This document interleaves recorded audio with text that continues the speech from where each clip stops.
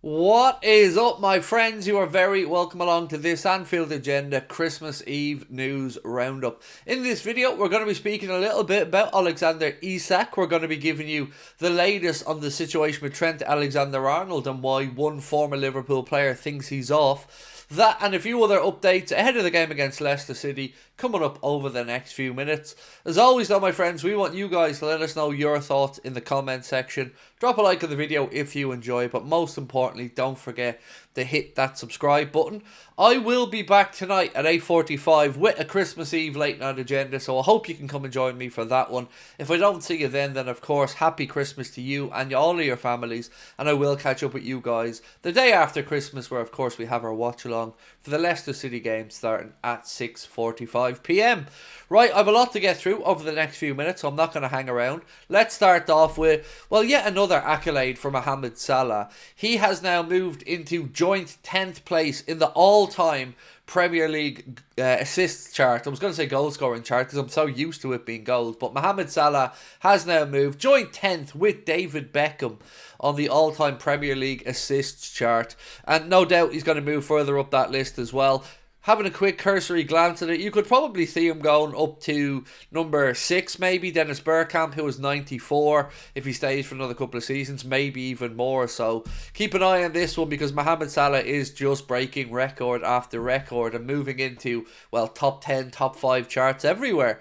Right, so the Daily Mirror have come out with a story that astonished me, to be honest with you, and I don't know where this even came from, but they said Liverpool boss Arne Slot has been dealt a blow to his hopes of signing, are you ready for this? Christian Pulisic.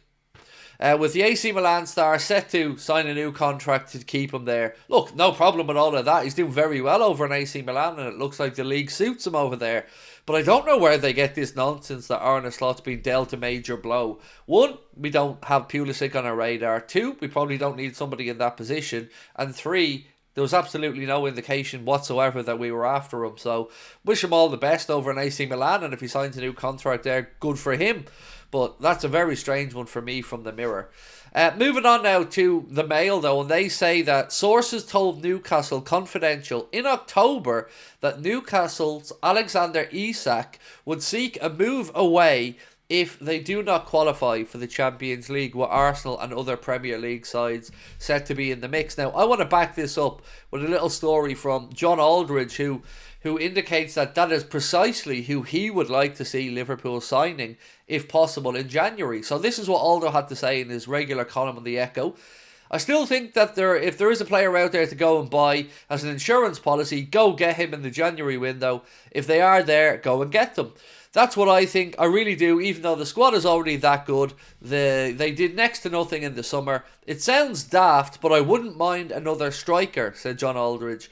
If you can go and get Isak from Newcastle, that's tongue-in-cheek, but there is somebody there who will go and score goals. So, Aldo certainly feels like Alexander Isak, is somebody he'd like to see Liverpool go and get. And I think most of us would be right behind the idea of that one. But the problem is, do we have the money? Do we have the squad ability to do it in January? I would say in the summer, if you moved on Darwin Núñez, absolutely there's a possibility there. But I guess it's always worth maybe testing Newcastle's resolve. Many Liverpool fans I've spoken to over the last couple of weeks love the idea of Isak coming in. As do I, by the way, but I would have concerns about some of the injury breaks that he's had. Newcastle, though, may need to be forced to sell somebody, so why not if you can make a cheeky bid? I do think Arsenal, as the first piece mentioned, probably more likely for him. Their need is a bit greater for a centre-forward than ours, but certainly an interesting one from Aldo. And as much as I'd love to see a forward brought in January, for me, I do think it's got to be the midfield position. That's the one I think we're screaming out for reinforcements in. Right, so I'm going to move on now to Danny Murphy, former Liverpool player, and yet another one who has said, my gut feeling is Trent Alexander-Arnold will leave, but Liverpool can sign a perfect replacement. This is what he had to say. So he believes Liverpool will fail to tie down Trent Alexander-Arnold, and he thinks that the club are to blame because they let the situation go on so long. He said that he will have no ill feelings whatsoever towards the player, and also names the idea of a replacement from a major Premier League rival. Now, he goes on to speak about Kirkes, I believe, in this piece, but for me, look, a lot of people seem to think that we're destined to lose Trent, and I just don't know is the honest answer. Like I've said all the way through, but it does concern me that you've got players like former players, excuse me, like him. I think Glenn Johnson said he expects him to go. Michael Owens up in the air about it all. Jamie Carragher said his gut feeling is he'll probably go as well. I really do feel like we need to get this one sorted out. And look, tomorrow's Christmas Day, so you never know. We may get that surprise post we'd all hoped about. Kanade, let's speak a little bit about Ibrahim Kanade. It looks like he's not expected to be back before the end of the year.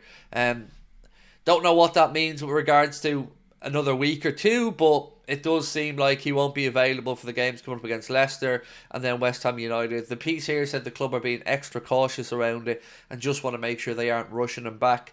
I'm okay with that as you have Joe Gomez there, but you know it still would be great to have Ibu back where possible and as soon as possible. Here's an interesting story from The Athletic regarding the situation at Manchester United. So, when he found out that staff would not get their traditional FA Cup final benefits, Bruno Fernandez was so taken aback by it all that he offered to pay for them all out of his own pocket. His proposal was rejected, with sources at Manchester United speculation it would have been a bad look for Ineos. Well, the whole thing is a bad look for Ineos, and they should be absolutely ashamed of themselves for the bonuses they've cut, from the stewarding money they've cut, and lots of other bits and pieces. And the fact that the players are offering to pay it should tell the higher-ups at Manchester United, and particularly in this situation, Ineos, exactly what they're doing wrong. It's disgusting, and those people deserve better. Right, so Atalanta manager Gianpiero Gasperini is said to be convinced that midfielder Charles de Ketelaere will be playing for either Liverpool or Real Madrid in the very near future.